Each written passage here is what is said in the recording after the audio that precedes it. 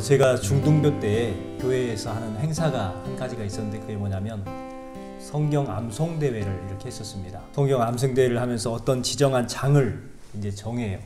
그래서 어떤 때는 로마서를 한 장을 정해서 하고, 어떨 때는 히브리서 한 장을 하고, 또 어떨 때는 시편에 대해서 이렇게 하는데, 그때 마침 시편의 내용을 이렇게 했었습니다. 시편 112편 말씀인데 그 장을 이제 10절까지 있습니다. 그 장을 애우는 이렇게 대회를 했거든요.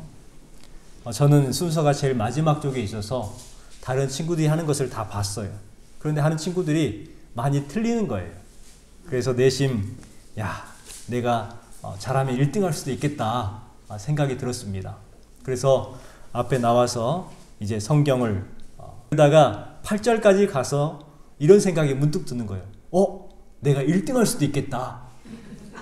지금까지 한 번도 안 틀렸으니까 이제 두 구절만 하면 1등 할 수 있을 거다 생각을 하고 딱 하려고 했는데 9절이 생각이 났을까요? 안 났을까요? 9절이 생각이 안 나는 거예요. 더듬더듬 겨우 끝낸 적이 있습니다. 몇 등을 했을까요? 꼴등. 등수에 못 들었어요. 그런 안타까운 일이 있었는데 그때 저는 내심 잘한다고 생각을 했거든요.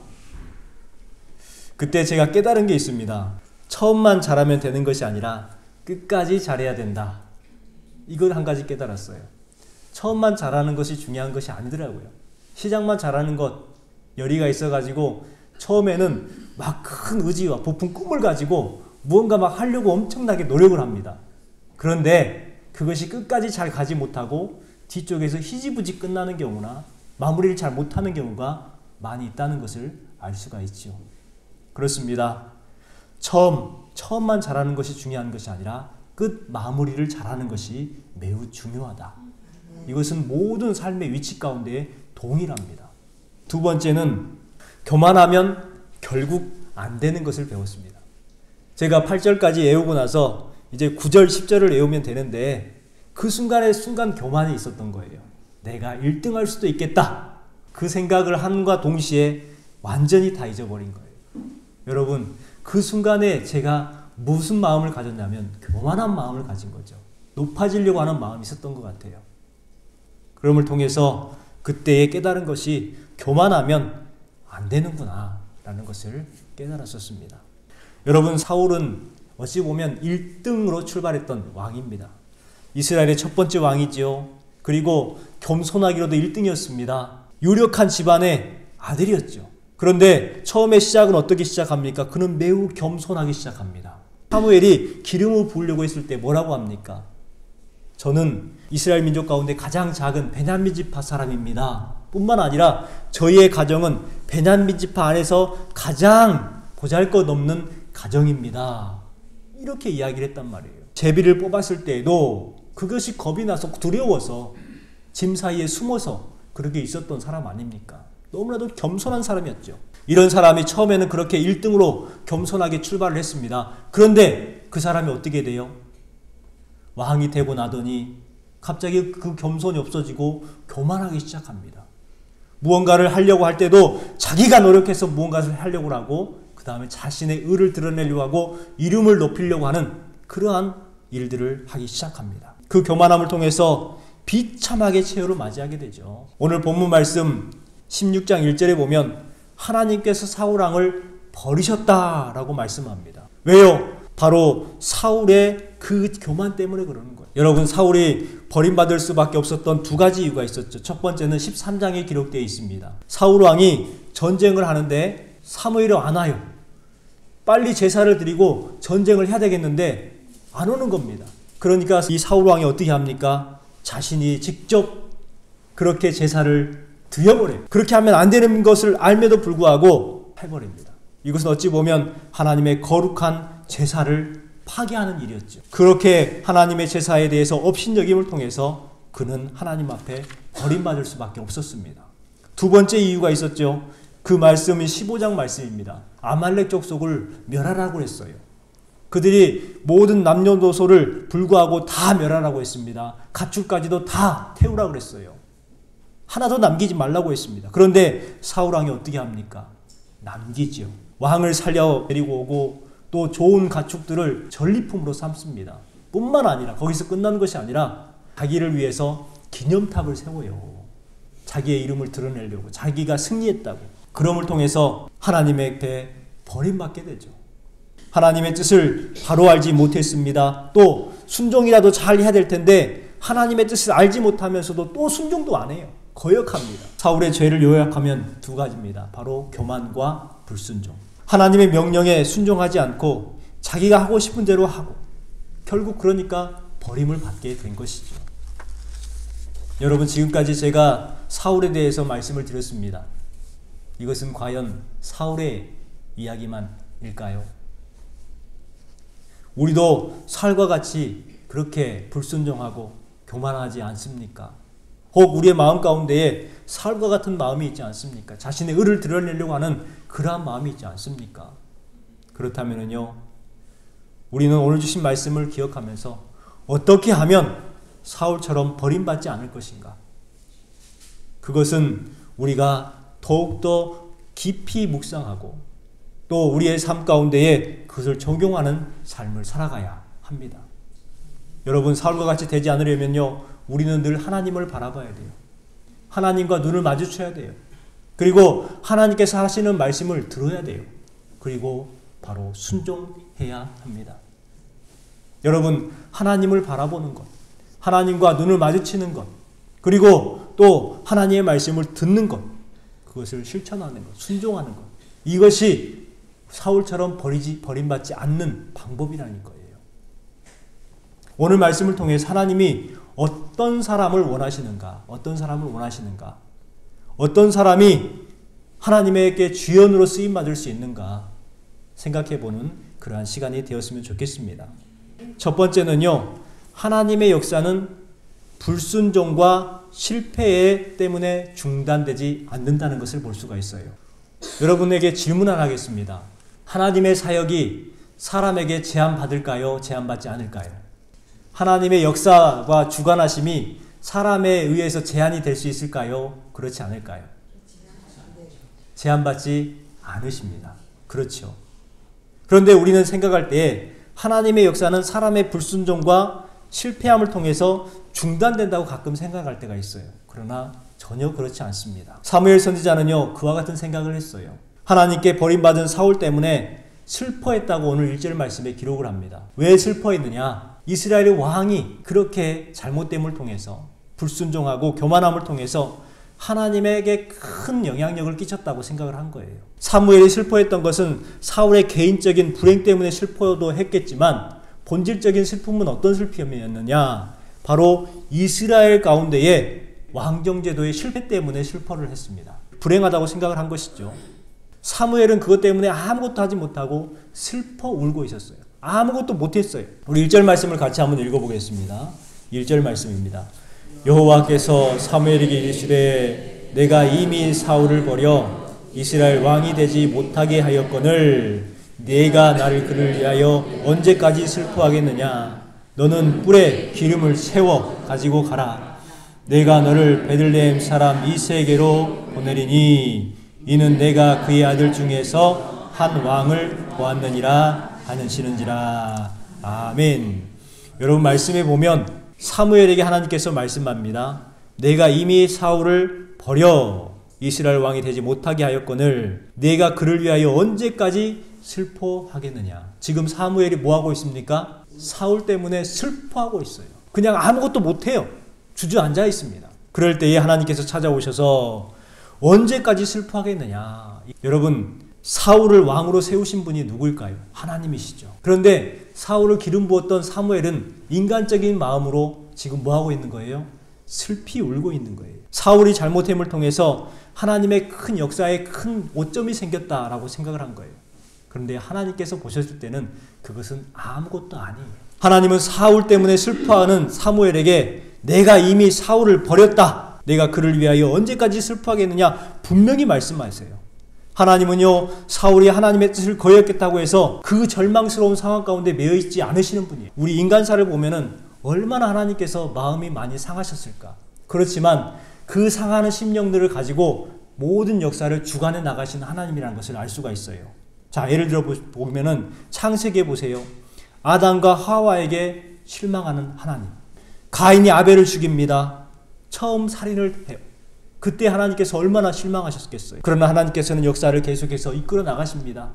또한 바벨론 탑을 쌓는 인간들 얼마나 실망하셨겠어요. 하지만 하나님의 방법으로 또 바벨론을 극복해 나가십니다. 이스라엘 백성들이 출애굽을 시켜주셨어요.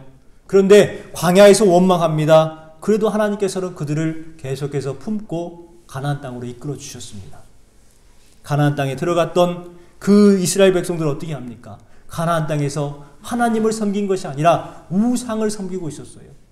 그래도 하나님께서는 그대로 역사를 주관해 나가십니다. 여러분, 사람이 아무리 배신하고 사람들이 아무리 거절한다고 해도 하나님의 역사는요, 하나도 멈추지 않아요. 계속해서 이루어 나가십니다. 하나님의 역사는요, 하나님이 주관하시기 때문에 그래요. 여러분, 하나님은 배신당하고 실망하셨지만 결국 역사를 멈추지 않으셨어요. 또 다시 새로운 사람을 뽑으셨습니다. 새로운 사람을 캐스팅하셨어요. 결국 그 사람을 통해서 하나님은 뜻을 이루어 나가셨습니다. 오늘 1절 말씀의 내용이 그 이야기예요. 사람은 실망하고 배신당하고 거절당하면 참 회복하기가 어려워요. 그러나 하나님께서는요, 새 일을 시작합니다. 이게 사람과 하나님과의 틀린 점이에요. 사람들은요, 과거에 매여 있어요. 실패에 매여 있고 그것 때문에 새롭게 시작하지 못합니다. 희망을 발견하지 못해요. 그러나 하나님께서는 그렇지 않으시는 분이에요. 과거에 매이지 않습니다. 하나님은요, 새로운 일을 시작하십니다. 미래지향적인 분이 바로 하나님이세요.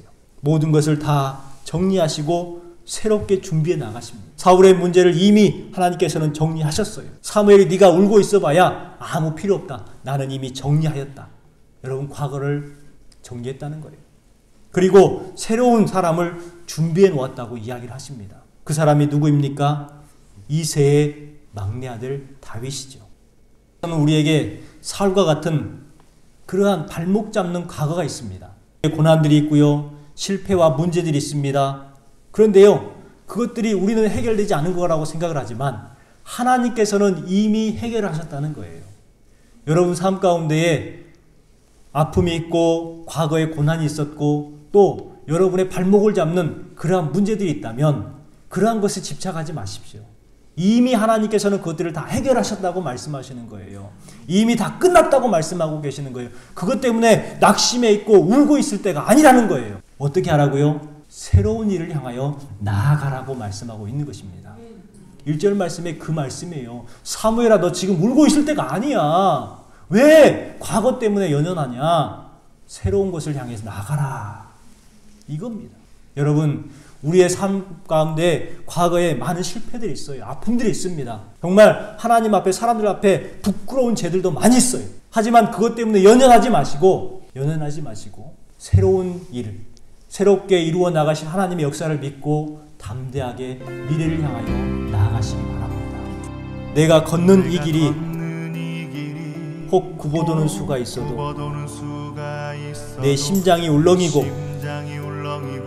가슴이 아파도 내 마음속에서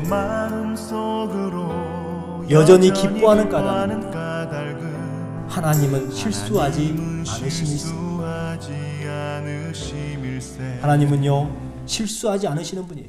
그러니 여러분의 삶 가운데 조금 문제가 있다고, 또 조금 아팠던 과거가 있다고 그렇게 주저앉아만 계시지 말고 실수하지 아니하시는 그 하나님을 기대하시기를 주님의 이름으로 축원합니다. 아멘. 오늘 주신 말씀을 통해서 우리가 생각해 봐야 될 두 번째는 어떤 것이냐면요, 하나님은 계획과 비전을 원수에게는 감추시고 일꾼에게는 드러내시는 하나님이라는 걸 알 수가 있습니다. 하나님의 구원 역사에는요, 놀라운 은혜가 있는데 그 은혜를 사모하는 사람들에게는 하나님의 뜻을 밝히 보여주십니다. 그러나 하나님의 뜻을 거역하는 사람들에게는 감추셔요. 하나님의 계획을 잘 알지 못합니다. 예수님께서도 그랬잖아요. 비유로 말씀하신 뜻이 무엇입니까? 그 비유를 통해서 깨달을 수 있는 사람들은 다 깨닫는데 깨닫지 못하는 사람들이 있다는 거예요. 마찬가지입니다. 오늘 주신 말씀에 보면 하나님의 뜻을 알려주지 않는 사람이 있고 또 하나님의 뜻을 알게 하는 사람이 있음을 알 수가 있어요. 하나님의 뜻을 감춘 사람이 오늘 말씀에 누구냐면 바로 사울입니다. 이스라엘의 왕이요 하나님의 사랑을 받았던 그 사울이 주신 말씀에 보면 갑자기 원수로 등장을 합니다. 보세요. 2절 상절에 보면 사무엘이 이르되 내가 어찌 갈 수 있으리까 사울이 들으면 나를 뭐예요? 죽이리라. 여러분 무섭습니다. 그렇게 자신과 함께 뜻을 같이 했던 그 사울이 내가 다른 사람을 세우러 나간다면 나를 어떻게 한다고요? 죽인다는 거예요. 갑자기 사울이 원수로 등장을 하게 됩니다. 하나님은 사무엘에게 하나님의 계획을 사울에게 말하라고 합니까? 말하지 말라고 합니까? 말하지 말라고 합니다. 감추는 거예요. 하나님의 원수에게는 하나님의 역사를 감추시는 거예요. 하나님의 계획을 보여주지 않습니다. 가르쳐주지 않습니다. 이런 불편한 사람이 되었습니다. 하나님의 영이 떠났더니 그렇게 된 거예요. 하나님의 영이 떠나면 거기서 그냥 끝나는 것이 아니에요. 하나님의 영이 떠난 자리에 악신이 그에게 임합니다. 그를 괴롭게 합니다. 여호와의 영이 사울에게서 떠나고 여호와께서 부리시는 악령이 그를 번뇌하게 한지라. 하나님의 영이 떠났더니 뭐가 들어와요? 악신이 들어오는 거예요. 악령이 들어오는 거예요. 그랬더니 바른 판단을 못합니다. 그 누구도 믿지 못합니다. 이 사람은 극심한 고뇌에 시달립니다. 그래서 하나님께서는요 사울에게 모든 계획을 숨기셔요. 하나님께서 내리시는 저주는 어떤 것인 줄 아십니까? 불순종의 저주. 말씀을 듣는데 말씀이 들리질 않아요. 말씀을 읽는데 감동이 없습니다. 찬양하는데 맹숭맹숭합니다. 여러분 하나님의 축복은 어떤 것입니까? 우리가 하나님의 축복을 받고 있다는 증거가 뭐예요? 하나님의 말씀을 듣는데 들리는 것. 이것이 축복이에요. 하나님의 말씀을 읽는데 하나님의 말씀 이해가 되는 것. 이것이 축복이라는 거예요. 하나님을 찬양하면서 뜨겁게 찬양하면서 내 마음이 뜨거워지는 것. 이것이 하나님께서 주시는 나의 축복이에요. 성경을 읽으면 하나님의 뜻이 무엇인지 깨닫게 되어지고 하나님의 말씀을 읽다 보면 가슴이 뜨거워지고 그리고 회개해집니다. 하나님의 음성을 듣고 또 순종하고 믿음이 생기는 것. 이것이 하나님께서 주시는 축복이라는 거예요. 그러기에 여러분 이 자리에 나오셔서 하나님의 말씀을 듣고 있는 그 자체가 하나님의 축복을 이미 누리고 있는 줄 믿습니다. 여러분은 하나님의 복을 받고 있는 줄 믿습니다. 여러분 그 복을 지켜나가시기 바랍니다. 여러분 하나님의 영이 떠나면은요 이상하게 망할 짓만 골라세요. 멸망의 길도 막 갑니다. 그것이 멸망의 길인데도 불구하고 멸망의 길인지를 몰라요. 그냥 막 간단 말이에요. 그렇기 때문에 우리는 어떻게 기도해야 되는가? 주여 나의 어두운 눈을 밝히사 진리를 보게 하소서. 주여 영적인 눈을 열어서 하나님의 기쁘신 뜻을 알게 하여 주시옵소서. 여러분, 여러분의 영의 눈이 열리도록 늘 기도하시길 주님의 이름으로 축원합니다. 마지막으로 세 번째, 하나님은요 중심이 바른 사람을 쓰신다는 거예요. 중심이 바른 사람을 일을 쓰신다는 거예요. 여러분 사무엘은 하나님의 뜻에 순종해서 이제 사울을 대신해서 왕을 세우기 위해서 나아갑니다. 베들레헴으로 향합니다. 그런데 그 베들레헴 사람들 가운데에 장로들이 이렇게 먼저 사무엘을 마중합니다. 여러분 당시에 이스라엘의 영적 지도자 사무엘이 그 조그만 동네 베들레헴으로 왔으니까 얼마나 참 기쁜 소식입니까? 놀랐겠죠. 아니 그 사무엘 선지자께서 우리 마을에 온대요. 여러분 이것은요 그 나라의 대통령이 오는 것보다 더 큰 행사예요. 그러니까 사람들이 어떻게 합니까? 긴장을 하게 되는 것이죠. 도대체 사무엘이 왜 이 동네 베들레헴에 오는 것일까? 라고 궁금해합니다. 그래서 사무엘에게 장로들이 묻죠. 뭐라고 묻습니까? 평강을 위하여 오시나이까? 라고 질문합니다. 평강을 위하여 오시나이까? 여러분 이 말은 무슨 말이냐면 혹여나 무엇인가를 잘못하고 있는 것이 있지 않은가? 그래서 우리에게 책망하시기 위해서 오시는 거 아닌가? 여러분 자신들은요 경각심을 가지고 겸허하게 마중합니다. 그래서 묻습니다. 평강을 위하여 오시나이까? 여러분 이 베들레헴의 장로들의 마음이 우리의 마음이 되어야 되는 거예요. 하나님의 말씀을 들을 때에 겸허한 심령으로 혹시나 내가 무엇인가를 잘못했을까 두렵고 떨리는 마음으로 하나님의 말씀을 받을 준비가 되어 있어야 돼요. 아무런 감각 없이 그렇게 나와서 예배하고 그렇게 찬양하고 그렇게 돌아가는 것이 아니라 하나님께서 말씀을 통해서 내 영을 어떻게 회복을 시키실 것인가 그렇게 겸허한 심령으로 하나님의 말씀을 받으면 그 말씀이 은혜가 되는 줄 믿습니다. 여러분 베들레헴의 장로들이요 그렇게 사무엘에게 청해요. 그랬더니 사무엘이 평강을 위하여 왔다고 이야기를 합니다. 그러니까요 이제 그들이 같이 겸허하게 이렇게 예배를 드리기 시작합니다. 여러분 이 베들레헴에 누가 있었어요? 다윗이 있었어요. 다윗. 이런 말이 있잖아요. 개천에서 용난다. 정말 이 베들레헴은 정말 개천 같은 곳이죠. 그런데 정말 거기가 개천이었을까요? 저는 개천이 아니었다고 생각을 합니다. 거기에는요 정말 풍성한 그러한 강줄기가 있는 곳이었어요. 어디에서 그것을 알 수 있냐면 바로 아까 그 베들레헴 사람들의 겸허한 성품 그리고 하나님의 말씀을 대언하는 사무엘을 그렇게 존중하고 두려워할 줄 아는 그러한 사람들이 있었던 그곳에 바로 그와 같은 사람이 있을 수가 있다는 것이에요. 여러분 다윗은요 그냥 그렇게 생긴 것이 아니란 말이에요. 우연치 않게 하나님께서 그를 택한 것이 아니에요. 바로 그와 같은 사람들에게 교육을 받았고 그러한 분위기 가운데에 자랐던 아이가 바로 다윗이었습니다. 여러분 우리 교회 공동체가 이런 마음으로 하나님의 음성을 듣는다면요 우리 교회 공동체에 자라는 아이들은 분명히 훌륭하게 쓰임받을 줄 믿습니다. 뿐만 아니라 여러분의 가정에서 여러분이 부모로서 또 믿음의 가장으로서 하나님을 겸허하게 섬기는 그러한 모습을 갖는다면 그것을 보고 배우는 여러분의 자녀들이 분명히 하나님 앞에 귀하게 쓰임받는 믿음의 자녀들이 될 줄 믿습니다. 이것은 분명한 거예요. 여러분 베들레헴의 장로들이 형편없이 행동했다고 생각해 보세요. 다윗과 같은 사람이 나올 수 있을까요? 없습니다. 그만큼 겸허한 심정을 가지고 하나님의 말씀을 두렵고 떨리는 마음으로 받을 수 있었던 그 사람들이 있는 그 가운데에 바로 다윗이 있을 수가 있었지요. 여러분 사무엘이 이제 이새를 하나님의 말씀대로 제사로 청합니다. 성결하게 하고 제사로 오도록 합니다. 초청을 해요. 그래서 이제 이새와 함께 자녀들과 함께 제사에 참석을 합니다. 그리고 나서 이제 이새의 자녀들을 한 명씩 봐요. 첫 번째 아들 엘리압을 봅니다. 엘리압을 보니까 사무엘이 어땠다고 그랬어요?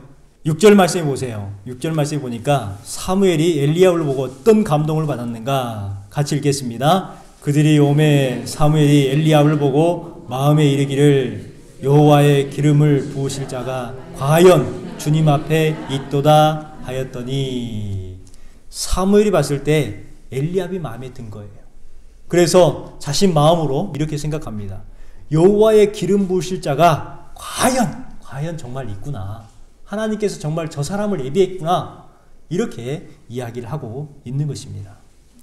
여러분 엘리압은 오늘날로 말하면 결혼 1순위에 속하는 사람이었죠. 그런데 하나님께서는 그 사람을 어떻게 했다고 말씀합니까? 엘리압을 7절에 보니까 버렸다고 말씀하세요. 버렸다고. 사무엘이 사울을 세울 때 어떻게 세웠습니까? 외모를 봤죠. 그리고 나서 이 사람은 이스라엘의 왕이 될 사람이다 라고 생각을 했어요. 만족했어요. 그런데 사무엘은 지금 두 번째 실수를 할 뻔했습니다. 또 뭘 봐요? 외모를 보려고 하는 거예요. 그래서 하나님께서 사무엘을 가르쳐 줍니다. 그를 이미 버렸노라. 외모를 보지 않으신다는 거예요. 그러면 어디를 보시느냐? 내가 보는 것은 사람과 같지 아니하니 사람은 외모를 보거니와 나 여호와는 중심을 보느니라. 하나님은요 외모를 보는 것이 아니에요. 우리의 겉모습, 우리의 형편, 우리가 가진 것, 우리의 능력을 보시는 것이 아니라 우리의 중심을 보신다고 말씀합니다. 우리의 속사람을 보신다고 말씀하세요. 하나님께서 귀하게 쓰는 사람은 바로 중심이 거룩한 사람, 중심이 바른 사람, 이러한 사람을 쓰신다고 말씀하고 있는 것입니다. 여러분 외모로 판단하지 마시고 여러분 스스로도 여러분 자신을 외모로만 보지 마십시오. 조건으로만 판단하지 마시고 여러분의 심령 가운데에 거룩한 그러한 속사람이 있는가, 그리고 내 속사람은 거룩한 하나님의 백성으로서의 합당한가를 보시기 바랍니다. 그 사람이, 그와 같은 성도가 하나님 앞에 귀하게 쓰임받을 줄 믿습니다. 여러분 모두가 다윗과 같이 하나님 앞에 귀하게 쓰임받는 속사람이 거룩한 그러한 성도들이 되시기를 주님의 이름으로 축원합니다. 내가 걷는 이 길이 혹 굽어도는 수가 있어도 내 심장이 울렁이고 가슴 아파도 내 마음 속으로 여전히 기뻐하는 까닭은 하나님은 실수하지 않으시며